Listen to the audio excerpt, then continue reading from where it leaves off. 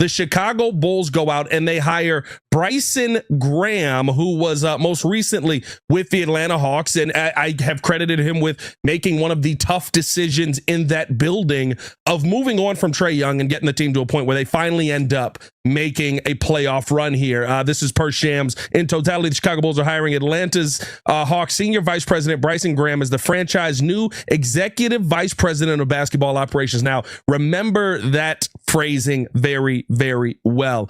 Sources tell ESPN Graham spent 15 years in New Orleans before joining Atlanta last offseason, rising from an intern to a GM, and now becomes the Bulls' top executive. A lot of people were expecting Matt Lloyd here, and I think that there's still a conversation to be had on that front as well. A lot of people were expecting them to maybe go with the Dave Lewin here, and I think there's still a conversation for that as well, because we had heard word that the Bulls are possibly looking to do things a little bit different here, like we have seen OKC do some things. But realistically speaking, if you're just talking about Bryson Graham right now, Shams also goes on to say, Graham, 39, has been known across the NBA for a tremendous scouting eye and being a part of successful finds in the draft and player acquisitions during his tenure with the Pelicans and Hawks. The Bulls conducted in-person interviews with candidates last week and mulled over 3 finalists: Graham, Detroit Pistons senior vice president Dennis Lindsey, and Minnesota GM Matthew Lloyd over the weekend before deciding on Graham on Monday. Now, this does not mean that the Bulls are done here, but just taking a look here